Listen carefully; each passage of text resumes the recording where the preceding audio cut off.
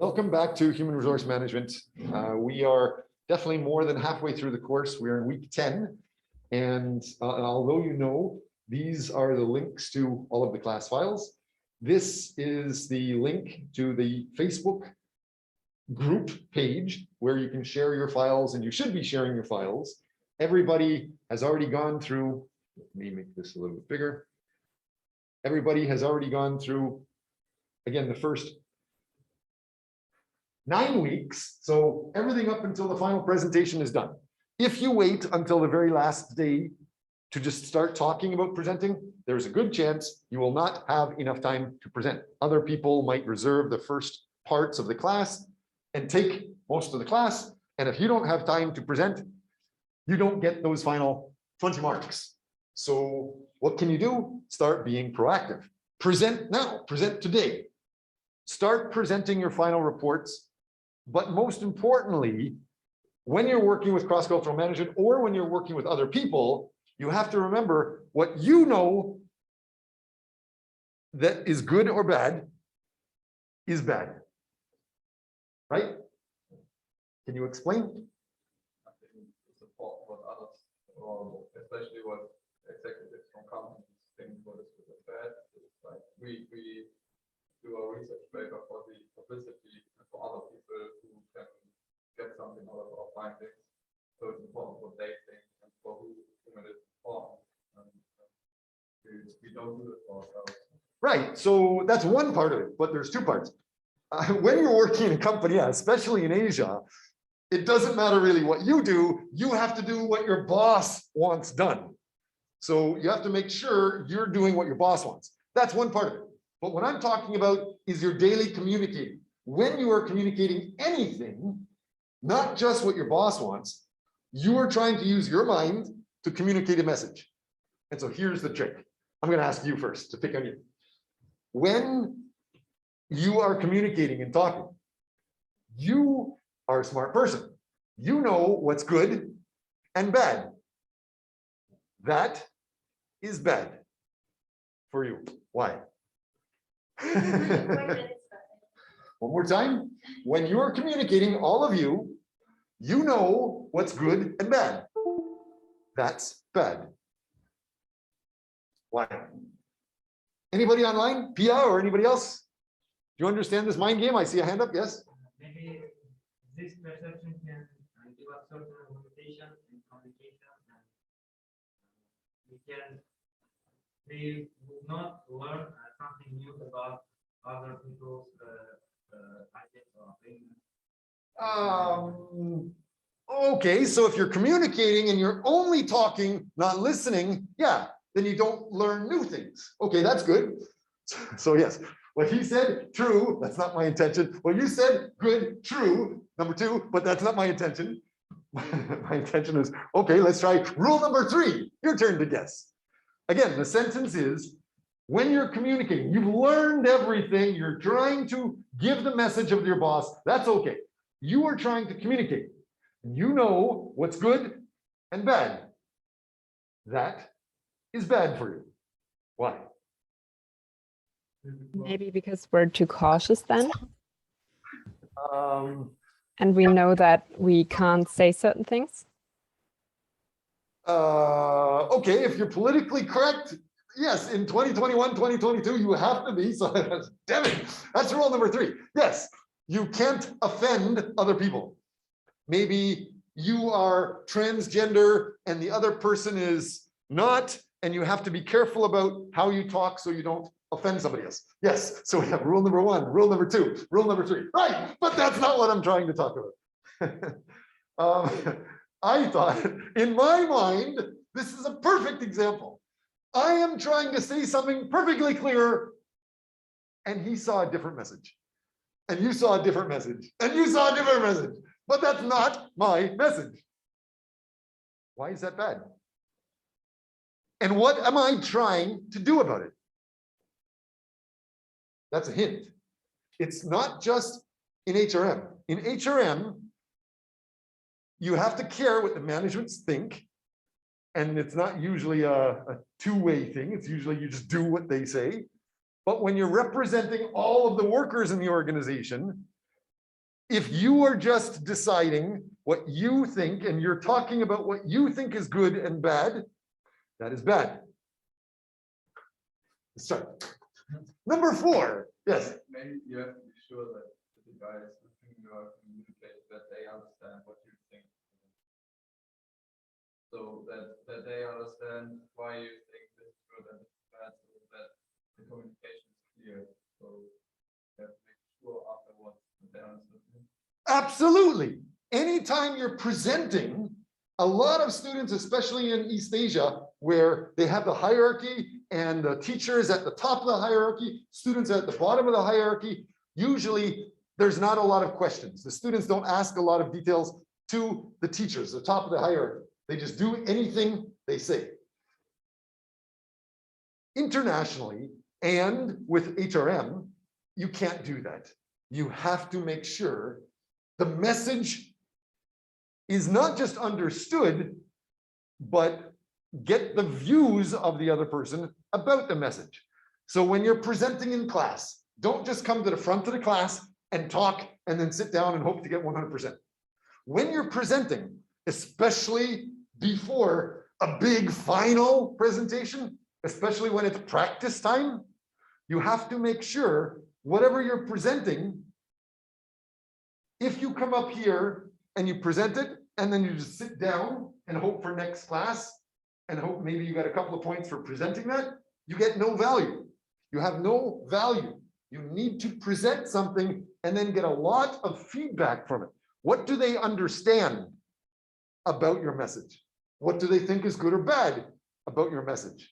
Especially when you're working internationally, working with somebody from Swahili land or Argentina or some other country far away, you have to make sure that they understand the intention of what you're saying and that they can offer some new translations to make sure your message is properly presented. Sometimes when you present your message in a different country, you will translate it, but the translation is wrong. Maybe you're trying to say a very basic thing, but it comes out talking about cars like to eat pickles because it's wrong translation. You need to make sure it's not just given so they understand cars like pickles, but make sure that their proper message is given and they give you feedback. So we took a long time to talk about that. Pia, you are our angel, our invisible lady in the group today. You're going to be trying to present something, but I believe you're going to be presenting something that we've already finished. Make sure that type of thing, we are a little bit flexible now. Make sure that you don't wait until week 14 to just present. I would suggest you present your final project before the last week so that you at least get some marks. Yes.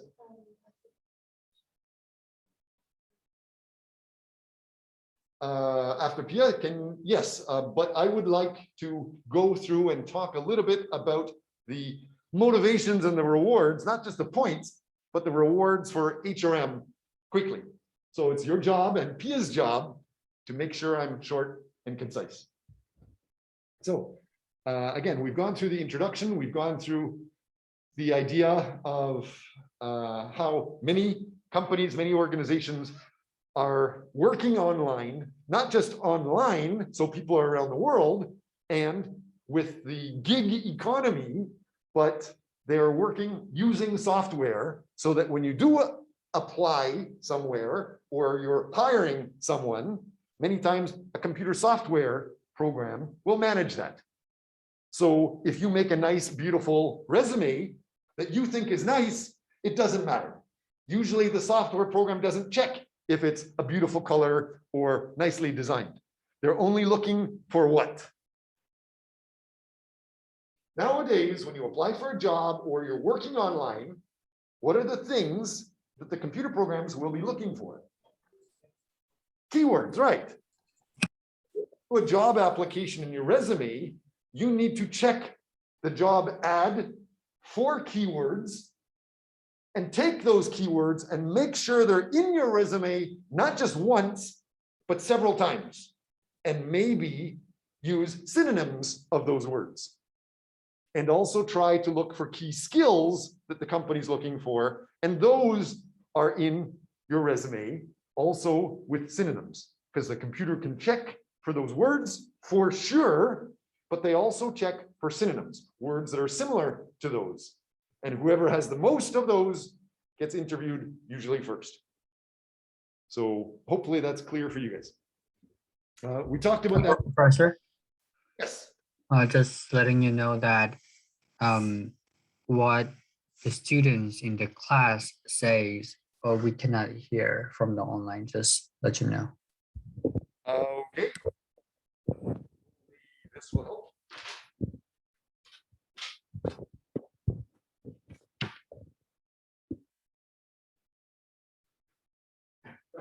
Now you might not even be able to hear me, but I'll yell, that's okay. So we also talked about the idea of week 3 is the automatic CD tracking. Sometimes it's called the ATS. Then we talked about selecting employees and orienting staff. The idea of career development. You guys should be, especially in school, understanding that your dream is to do something up here. You should be planning everything with this thought first and then work backwards. Because doing it the other way, I want to try to get to here. Many times you're using your energy to develop skills or details that have no connection to here. So try to work backwards. A lot of the research shows that's far more effective. Next, we had our presentations. Then performance management we talked about last week. Today we're talking about rewards. What makes you happy? What motivates you? Why are you here? So we're going through this today. But before I open this presentation that's already here, I wanted to just show you that I have a presentation that I'm able to share with any of you if you're interested, talking about how I think it might help to leverage the class in the last few weeks. And so it goes through and it talks about how you have to have the, here's the points details, here's the ideas when you're sharing information, share it in a folder, because this briefcase of yours is going to be very valuable, because each one is $50 or $100. Sometimes an article online could be worth several thousands of dollars, and you're sharing that alone, just by giving this to a company executive. If you communicate well, they will want to be your friend. They will want to see this because it's very valuable. And they usually do not have this. Next, in addition to this being valuable, if you customize it in a PPT for that company executive, you're adding a lot more value. And then if you do write it in a paper, that's far more valuable. And some students that I've had many years ago, they actually sold this report for $120,000 to a company. Please keep that in mind. So make sure you're aware of this. Share this information. When you share it with me, you have to share it so I can edit. You share it with anybody else, like Facebook. You share it so it's possible for them only to add comments, not delete files. This is how you go through and download files from the internet. Can I ask you, what is this slide about? What do you understand? Why do I use this when I'm teaching? Example for us how we should write our report, like in which style, which like format we should use, which how the report should be structured. This is more about how most reports should be structured. This class is a human resource management, it's a managing class. Management or social sciences. So this is the social science most popular format for presenting information. And you, with your work, you're starting with the introduction, the background literature, the methods, the results, the conclusion. Most importantly, everywhere is references. If you don't have references done properly, you will fail. So that's most important. Can somebody answer how are you supposed to reference on each slide? You want to guess? No? Tobias, you want to? We are supposed to reference the name and the page, at least. We don't have to put the full reference on the slides, I think. No, I see head shaking. A lot of information here, but it's not that it's the name correct, but not the page. I don't really care about the page details. It's nice, but what else are you supposed to have here? This is called the in-text reference, APA format. Have the name of the author's name, and the year, not their full name. You don't need to say Watts, comma, 2021. And you can put it in brackets if you want, or you have to build it into the sentence. But this has to be everywhere you have a fact or a quote or some information from somebody else. If you don't, you will fail. Next, even more important than this, we're working in 2021, 2022. We're working online. All of you use the internet. You're watching videos. Jomo, let's ask you. We just finished a weekend. During the weekend, how much time did you spend checking things online? How much time did you spend online? Chatting with people or looking for videos or looking for things online? During the weekend, Any day, yes. like except for time for sleeping, I might have spent all the time. All the time. So 100% of the time. So I would assume if you're doing that online, you have hundreds or thousands of different possibilities you could check every day. So my real question is, Tobias, how many seconds do you spend deciding if you're going to check all of those thousands of options to view? You just, scroll through it until you find something you like. How many seconds do you spend going through each one of the 1,000 until you find one you want to open? That strongly depends on the information I want to On average, check, but an average is just an average. yeah, maybe 5 seconds. 10 Right. That is actually research. The research says 7 seconds to a maximum of 15 seconds is usually the maximum people will spend checking a file, if it's good or bad.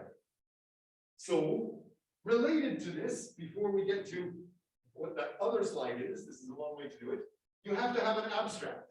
The abstract is usually only 150 words. It is not saying, I'm going to talk about this, or we're going to survey this. That is not an abstract. An abstract is teaching something new. It's teaching your findings. You're telling the world what you finished finding. Most importantly, because you work online, is the title. Many of you just write down any title you think relates to this. And that comes back to what I was asking you. You know this is good and this is bad. That is bad. How do you work online? How should you make a title? He said it. You just write down a title that you think is appropriate. That you could offend the management, or Pia was saying you could offend. What was Pia saying? Pia was saying you could offend the. Or were you talking about the politically correct groups or something like that, maybe? And other people were saying you could maybe have misunderstandings. But how do you make the title then? Don't know. How should you be making a title? How should we make a title?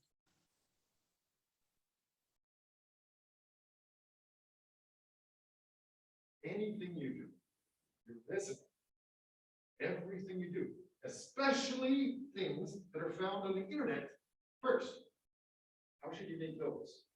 Because software goes through and finds them first. What do you do? Hold up.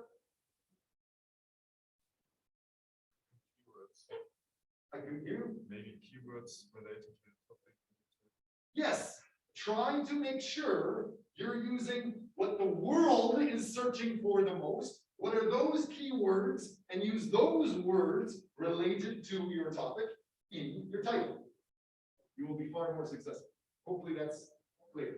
To speed things up, what I was showing about this is that sometimes we know that the social sciences most respected format is one way, but there's some other outliers which are still okay. There are some people doing things differently that are okay. You should try to surround yourself with what is the best and try to replicate the best. Try to be around the best people and replicate what the best people are doing. Try to be around the best journals and research formats and replicate the best journal research formats. Sometimes they have their own twist to how they're presenting things. You should try to find, number one, what is the journal that's closest to your dream, specializing in that, and try to replicate that style, learn that style, so that you will be respected once you get there. And so your paper can be the same style and format, but you need to make sure you're not plagiarizing completely. Because whatever you hand in, it will be automatically checked by a software program. And if your information is too similar to information online, there are some professors here that will automatically fail you if you have more than 10%. I won't. I have accepted people with more than 30%. Why? Why would I accept you at more than 30% similar to other articles, but another professor only takes 10% and fails it? The idea, yes? Because you always mention that proper referencing to be key to type of writing. Right. So you have to reference in a certain way, but everybody else in the world should reference that same way. So your references should be identical to other people. And if you have many, many references, that's a good thing. But other professors don't seem to understand that. They just say, whatever that Turnitin score is, if it's more than 10, automatically fail. So be aware of that. You could use that to argue with other professors. So we've already talked about that. You already know that you should be doing things for your goals. I should be finished now. This is just repeating what we've just talked about. Again, repeating what we're talking about, except this part, when you are presenting for the next couple of weeks, after you finish or during your presentation, think about these things. Ask your classmates, do you know any reliable articles to help this topic? Do you know any alumni or relatives or people working in the company that I can contact to build your paper? Do you know less reliable but fun information, maybe something in Wikipedia or something in Facebook or something about your neighbor's parakeet was talking about something? If you can quote that, it will make your presentation more attractive to other people. In addition to being just attractive with fun stuff, it's helpful if you start your presentations usually with something controversial, something that might make people argue or debate. That will help you become far more successful. Next, can you use this to develop relationships with a company? How can you do that? What survey questions could you ask could you ask executives to better connect with them? You could be talking about human resource management. But for that last question, I know for a fact, some of the best questions or the best things to talk about could be golf with somebody, or motorbike riding, or school activities related to somebody else. As we were saying, I introduced you to Bonina. He is very interested in talking to people about Harvard because he studied with Harvard. Other people are interested in human resource management. Any files related to that would attract their attention. So try to talk like that and ask your classmates their ideas to fix your presentation. With that said, we have two people that want to present today. Not finished yet. Today, what we're talking about, what we're supposed to be talking about,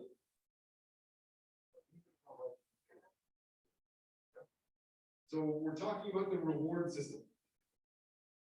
And so what are possible organizational rewards? What are rewards for you guys in class? Why are you here? Focus, why are you here? marks. Great, terrible, but great. Good answer, but a bad answer. Makes me sad. Why? Yes. To learn, much, much better than Tobias. Great, but remember that staircase? Sometimes I like to learn about singing. But it's definitely not related to my trade. So if you just want to learn anything, then you're going to be using all of your time without really developing. Right? So if you modify what you're saying, yes, you should be here to get closer to your final grade. Right. What else? How do companies work? How does the university work? Do we work properly? What do we give you guys for being here? Let's talk about the companies. Every company in the world, are they working wisely? Why do people come? Why do you go to work? I would say networking maybe also. Go to work to just be beside somebody? Great, you can be beside me and work for me anytime, yeah. Especially if you're going to do it for free. Yeah, with the networking, I was rather thinking about the university. So I think the job has to be different type of reward.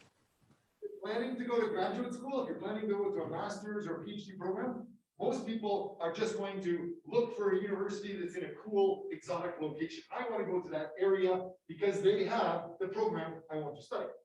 But almost every university has the same, business schools, business graduate schools, similar programs. What Pia is saying is very, very important. When you're going to study somewhere, you should be thinking not just about the location and how that's cool, but most important, you should be thinking about the professor that's there, and not just how they could teach the topic, but what is that individual professor's research specialization. Make sure that perfectly aligns with what you want, and then make sure that person isn't a geek, isn't just locked in his room all the time. Make sure he is connected. Either his research is connected to the people you want, or he's social. Like I have connections with Samsung. Maybe another professor doesn't.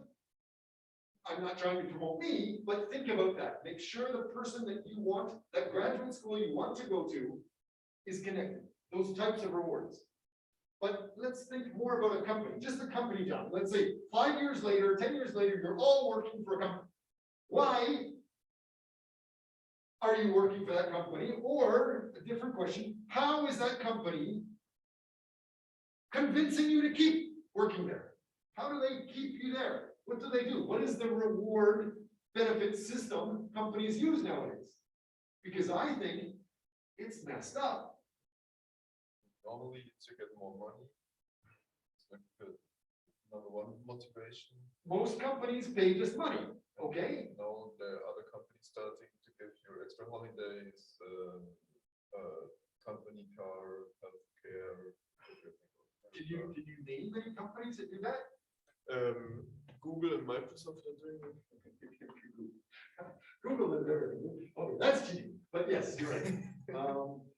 They also give you time off, but 20% of your work is supposed to be just doing things that you like. Right. Why? Why is Google doing that? And most other companies not. That's my point. You have the right answer, the shortcut.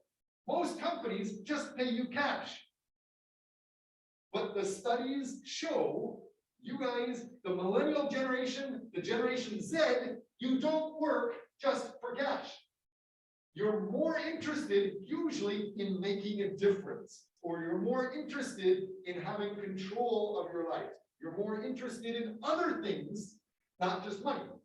Maybe because your parents or your family is wealthy and you've had everything all your life, you don't struggle to pay for things.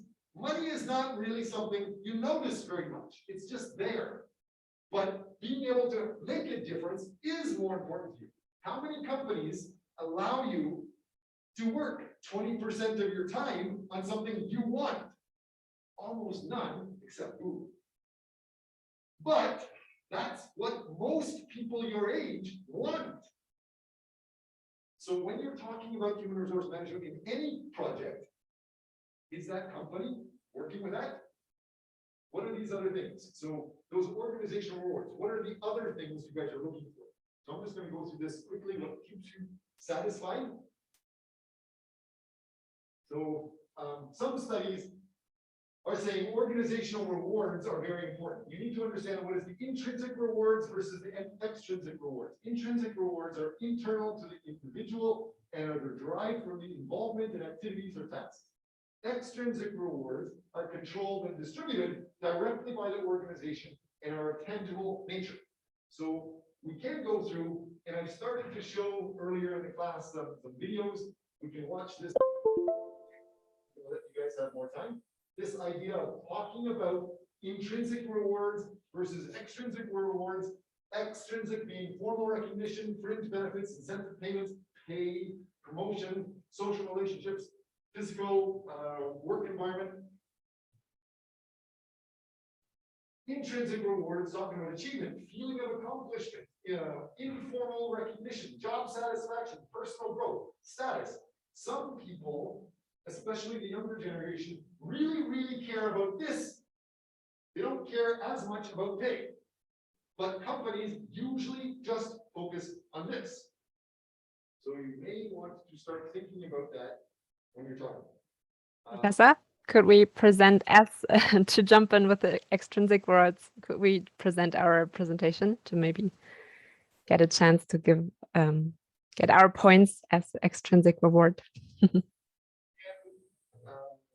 Share yours. This file, go ahead, you can start, Pia. This file that extrinsic rewards and all of the different motivational rewards, this is already in Zoom chat. If you want it, you can check the chat. I'll also put it in Facebook. Go ahead, Pia. Yes. Andre, do you want to share your screen or should I? Well, I can't share my screen, but Okay. since someone is sharing their screen, we can share the screen. You have a very nice jacket, Jung-Woo. Thank you. Co-host. Are you able to see our screen? Yes, yes. Yes. Okay, let me start. Welcome, everybody. Today we will present our survey results. Our topic is how does artificial intelligence change the recruitment and selection processes? Just to remind you.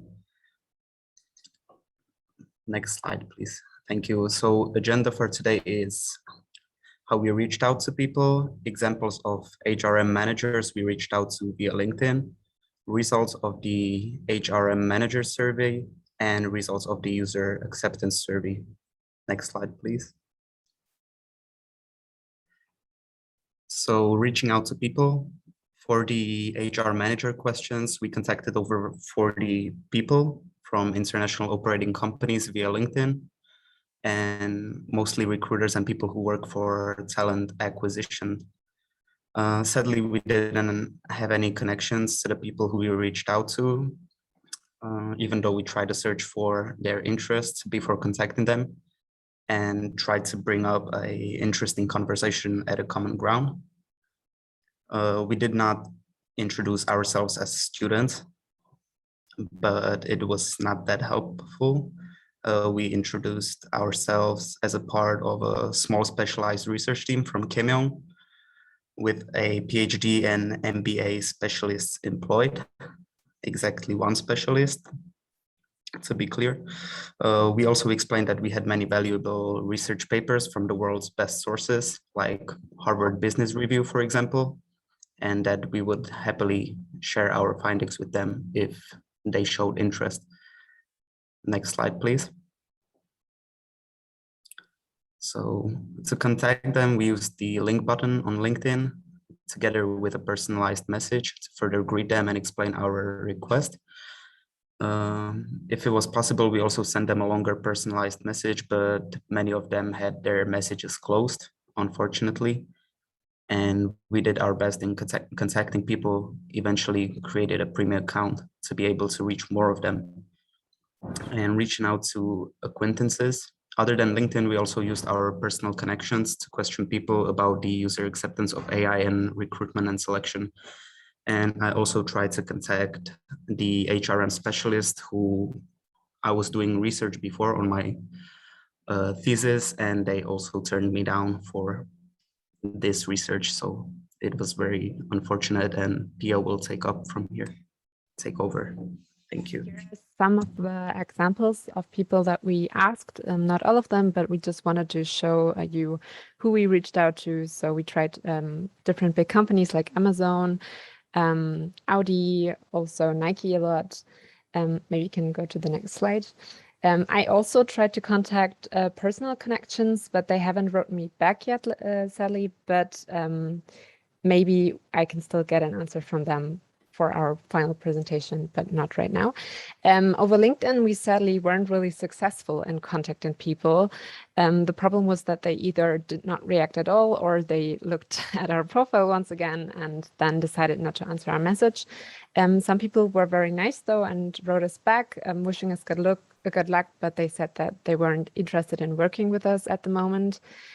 So we kept trying hard, but we probably need more time. Like I said, maybe we still get some answers, but for now, it was quite hard to get answers from HR managers. We did gain a lot of things from these surveys, though.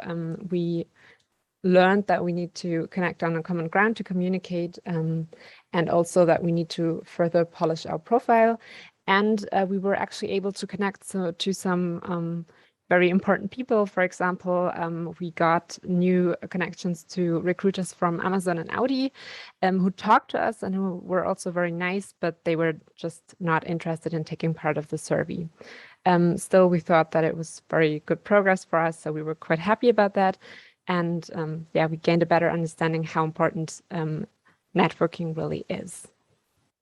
Okay, so we do have some answers. Like we said, we asked some of our acquaintances to get the user acceptance part of the story. So we surveyed about 10 acquaintances aged between 15 to 29, which is of course only representative for a certain group, but we still think it's very interesting. And we put some of the most important or most interesting answers to our questions in this presentation. For once, we asked them if they have experience with AI in recruitment, and if yes, how did it work, what technology did they use, etc. And they said that, or one answer, for example, was that they had been interviewed by an AI before via phone call, and that they had been contacted by a robot voice who asked them questions. And their experience were that it was quite weird for them, and that they didn't really feel like it was a serious interview because of this robot voice. And they personally said that they would prefer to not use AI, but they also said that they, of course, could imagine being recruited by AI if it gets them the job. Other people said that they had never even really heard about AI in recruitment, and that they probably wouldn't like it very much, and that being recruited by an AI would feel very impersonal. Okay, now Jongho takes over. Yeah. So we also asked about the advantages and disadvantages of using AI in recruitment and selection. And they replied that they believe it is good to interview more people for the company, but they felt it's not advantageous for them because, and also they said AI wouldn't be biased, but they weren't thankful about the company because if they don't have enough time to personally give them a chance for interview, they didn't feel good about it. And trust issue. Would you say that you trust artificial intelligence, and do you think they are able to judge more fair than humans? They're asking, the question is about the capability of artificial intelligence, and they responded.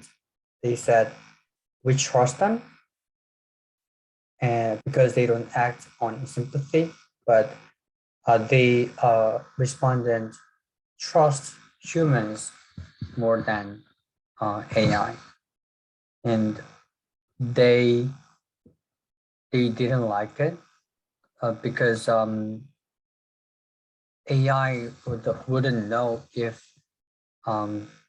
AI can find out if I fit well with the company or not. And we ask if you know that the company use AI in their recruitment and selection process, would that make you hesitate to apply for that company and why? And they said interview is completely might be different, and they were hesitant because they think it is easier to contact to the human.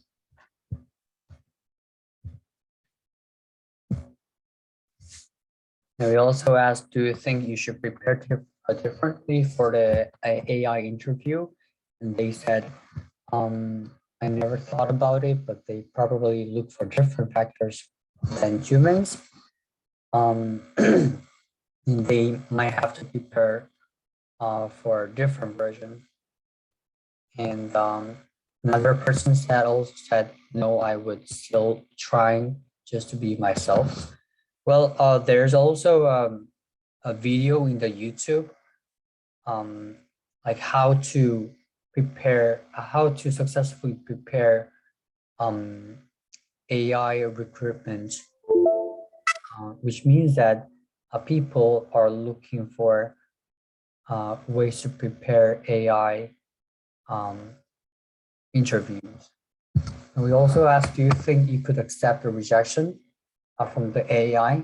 And some people said, I would regret, it wouldn't feel good. I might want explanations about the result, and I might feel disappointed, which means that people find it hard to accept about the consequences from the AI. So results were mixed, and people were very skeptical about the AI in the recruitment processes. And we could find out that our findings are mostly consistent with what we have found during the literature review. So we can conclude that applicants accept the AI if they find they can profit from it, but they but are very skeptical when there is a chance of getting rejected. The general mood was rather against AI in the recruitment process, as many of the interviewees didn't know enough about the technology yet. That was our conclusions. Thank you for attention. And if you have any questions or feedback, please feel free. Well, we can start. Students in the classroom. Talking with staff in East Asia or in Korea, what are the proper ways to interact with staff in Korea? We have to make sure that they understand and hopefully call some people out. We can't really see who's in the classroom, but I heard maybe Celinda. Okay, she's paying attention to you. What would you like from her? And maybe some feedback, or did you understand anything? Everything? Did you have any understanding problems that we could enlighten you?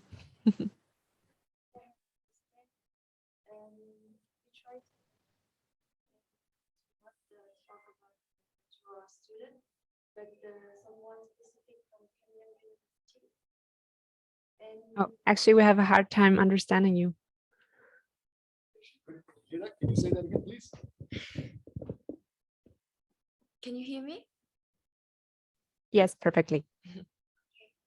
So if I understand, you try to not present yourself like a student, but someone specific in Keimyung University. And in your PowerPoint, even if you don't have any answer from them, you try to show us which person did you contact in different company. And So you're summarizing what they did. Good. yeah, Do you have any comments about it? I think that it's a good presentation, and yeah, even if you don't have enough answer, that's good to present us all the contact.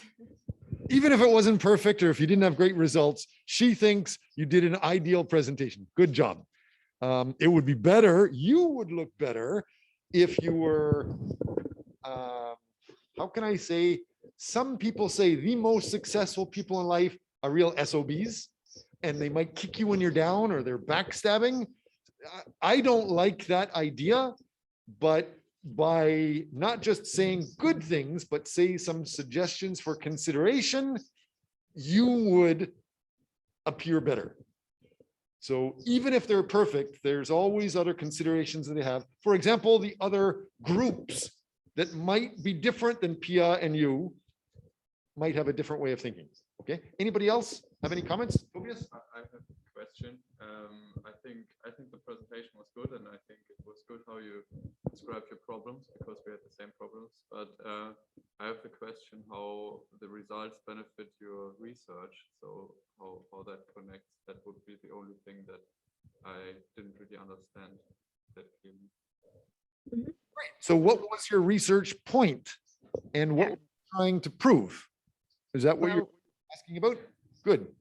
Okay, yeah, we had different research points. One point was what technologies are used and how will it change. But the second or third very big part of our project was how do users accept it? Because we think it's very important to know more about the future of this technology. Because if people still have the choice between a company that uses AI or a company that doesn't use AI, I think it's very important to know whether they would rather choose someone who doesn't use AI. So that's why we tried to find out.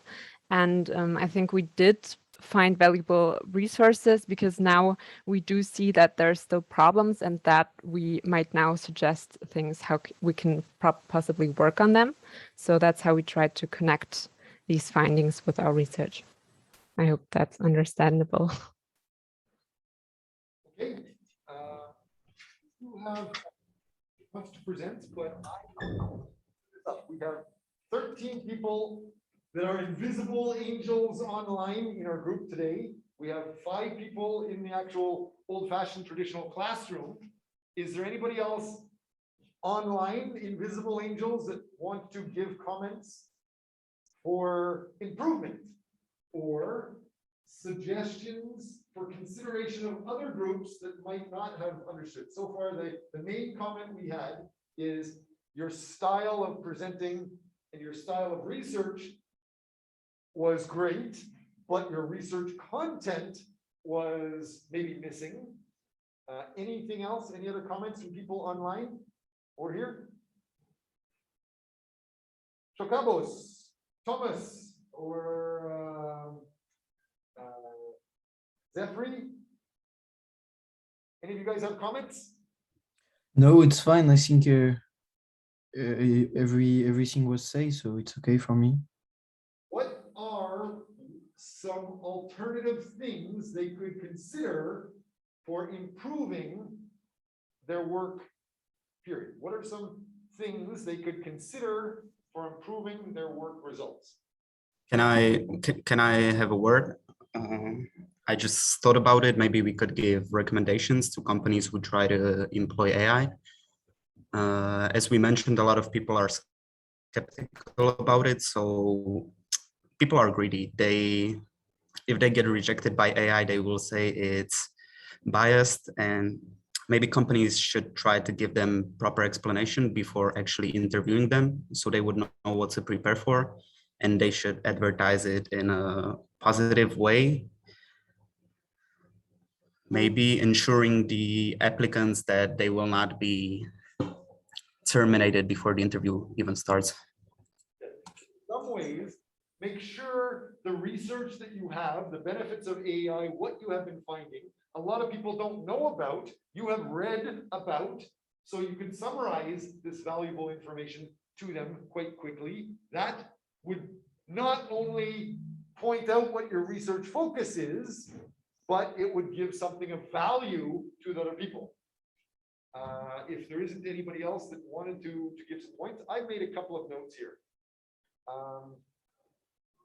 First, thank you. You gave a very good presentation non-stop until I reminded you to stop and get comments from other people.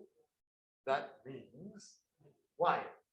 Why did you start and then go through for 10 minutes and then stop without checking other people could hear you or understand you or had comments? But if I can like skip, and we wanted to do that, you were just faster than us. But we learned that we have to do that a couple weeks ago. It's yours. You're down here. So if I try to show your presentation, is that background literature? Which PPT? This one? Is that what you're showing? Can you see? I still can only see the shared screen. So is it presentation findings group? No, it's a different one. Jongo, can you maybe stop sharing your screen so that I can see the other screen again? Findings, group 5. I have that, yes. Okay, so first of all, you showed something like this. Do you notice? And so what I'm showing for those of you online is I'm showing your PPT slides about all of the people that you were contacting, the examples of LinkedIn individuals, their jobs, and their LinkedIn connections. I'm not trying to promote them. I'm trying to see if there is any recognition or things to note here. Yes? Why so different? So we have Amazon, Bear, Nike. Why did you just survey? Why did you focus on surveying big famous companies? Because we thought they were more likely to use AI because they have so many applicants and they are focused on building the future with newer technologies. So we more focused on them. We also had some smaller companies, but we thought it would be interesting to find out more about the big companies. Okay. My comment is, when I worked at Samsung, they did a lot of training. They trained me quite a lot. But when I worked for the Silicon Valley companies and the UN projects, they educated me a lot more and they gave me access. This is more than 10 years ago, 15 years ago. They were giving me access to an online university. Anything I wanted to learn about, anything I wanted to develop for myself, I could get it immediately. And we were working a lot, not just with AI, but management information systems, which is basically the same thing. It is finding information about the company, everything about what the company is doing, and giving it to the top managers at any time. So if we are focused in 2021, 2022, an individual in these top companies that use the top technology, is there a chance that they are able to identify who is asking a question for surveying, and are you on their staircase to their goals or not? If you're not on their staircase to goals, if you're not in their targeted groups of people, they're not going to use their time for something off topic, like chatting with you. Is that, you understand what I'm saying? Yes. Tobias, can you try to put it in human speak? If I'm not clear?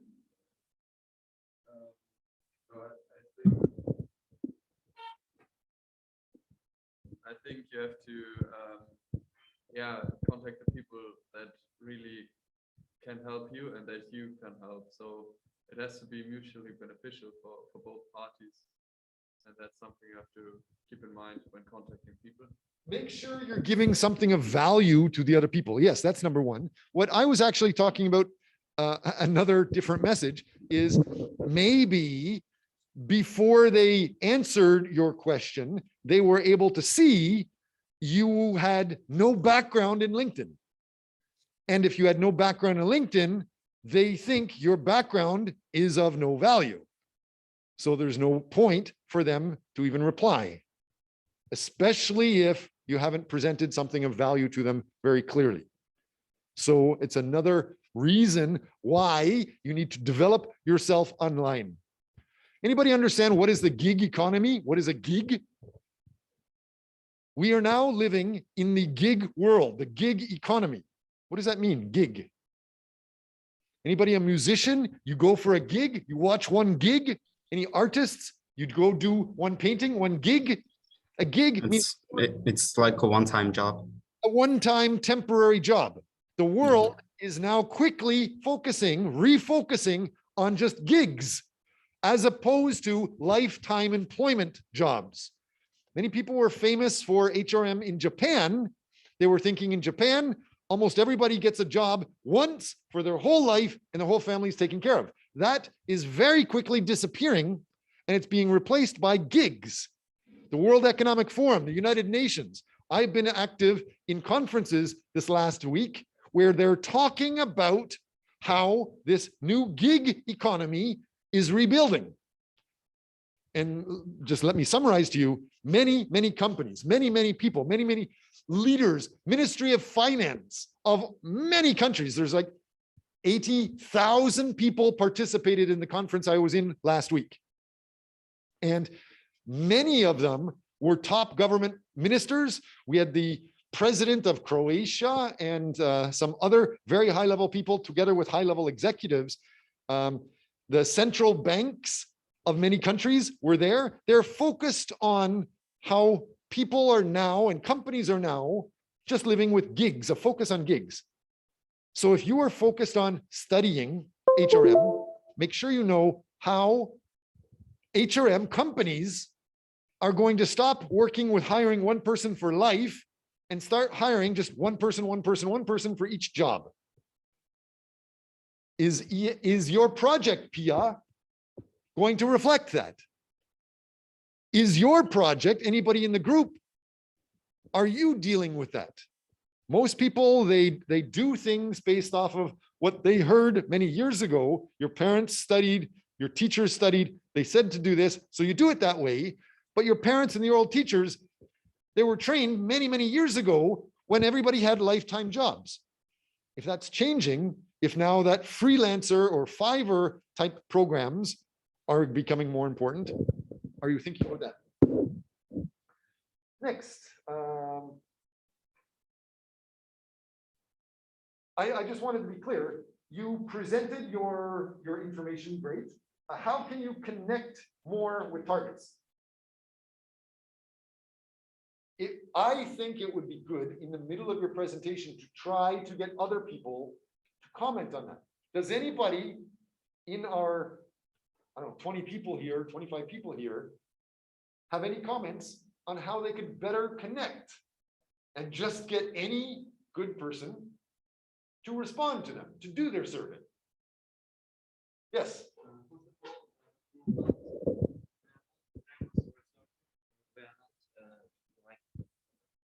So I think they should choose a smaller company and which want to promote themselves with this paper, maybe, or show their work to the world.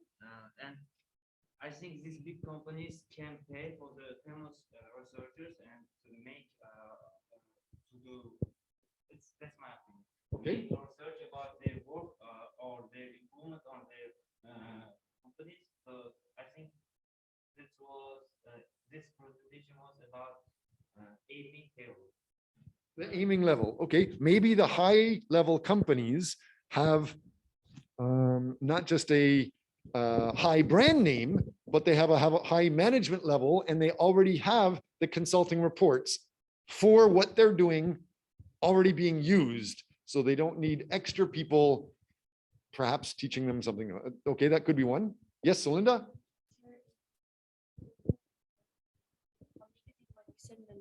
message to a person and we try to be specific, it's hard because we have not any words to write on the message. You have to be very concise on LinkedIn. Yes. Explain why do we contact him and from who recommend and what is a subject.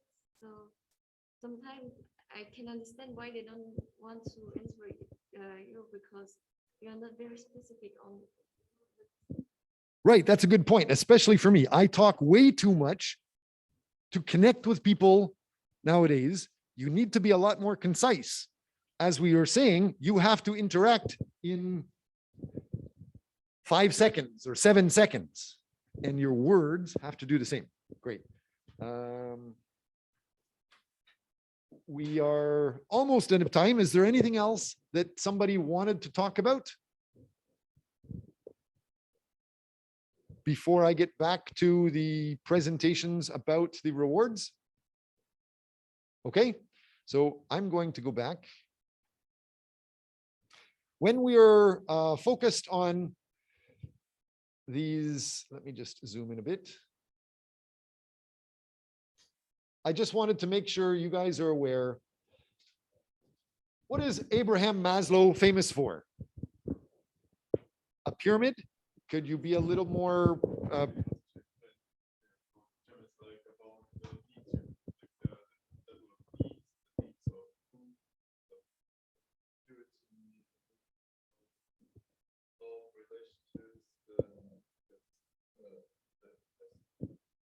right. So his pyramid is basically saying you start with physiological needs to survive, and then you go up to safety needs, love needs, esteem needs, self-actualization. How is this wrong?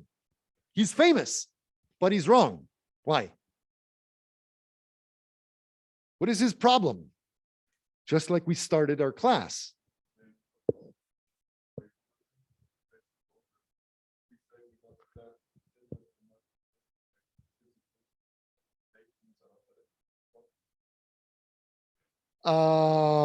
Perhaps, just because we're almost out of time, this is a Western guy preaching Western values. We are now currently in East Asia, where they have different values. The farthest east, like Japan, self-actualization is almost at the bottom of the pyramid. The idea of socialization is a better goal for many people in Japan. So their pyramid is the opposite. So make sure you're aware of those details. That's the self-actualization, Abraham Maslow's talk. There's also McClellan, David McClellan, 1961. He was talking about people need something, they need to achieve something, or they need to have some sort of affiliation, part of a different group, or they need to have power. Make sure you're aware. Companies follow these theories of motivation to get staff. And so they may be paying you or compensating you based off of some of these theories. McClellan, he was talking about, I'll just read it since it's a little harder to read. The need for achievement is you need to show a strong desire to perform at a more advanced level than your peers. And so it's set accomplishing goals and it welcomes feedback. The need for affiliation in the middle is talking about showing a desire to participate in cooperative and interactive activities. So you may want to belong in a certain group or go along with the general opinion. The need for power is talking about preferring being competitive and actively seek to gather symbols of status. So enjoy status recognition, want influential power, thrive to win in an argument. These are just some of the different things. Here, it's talking about Herzberg's idea. The two-factor motivation theory, extrinsic versus intrinsic. A lot of the things that we're talking about. So next class, we'll be talking quite a bit about this. They're saying that intrinsic factors, hygiene, for example, demotivate employees. Intrinsic, which are motivation factors, energize or motivate employees. But companies are usually doing things in a backwards way. So this theory that came from a long time ago, you may want to start checking again, rechecking. The idea of Maslow's hierarchy of needs he's saying the top part up here, the intrinsic motivational factors are work itself, the responsibility, recognition, achievement, advancement. These are part of these intrinsic versus extrinsic are these lower things, like the poor working conditions, the supervision, the relationships with coworkers, the basic salary.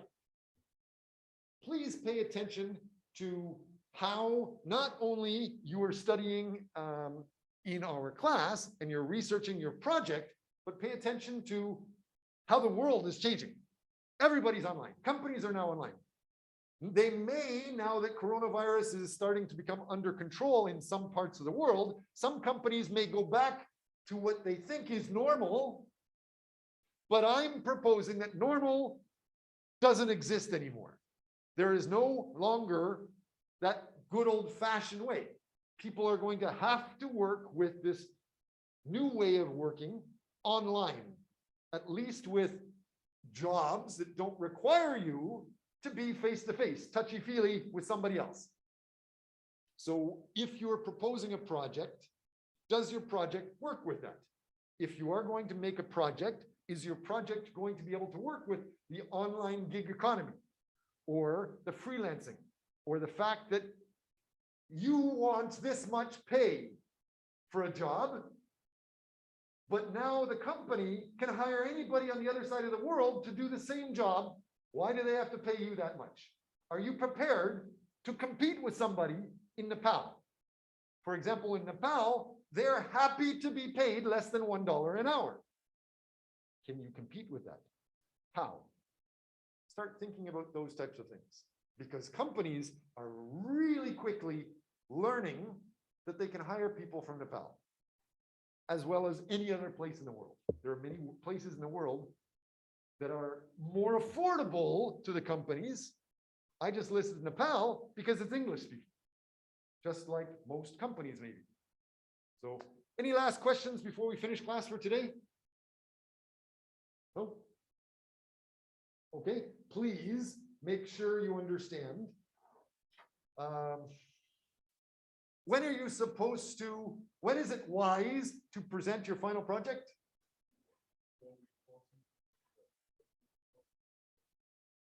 Like next class or next week. Don't wait until week 14.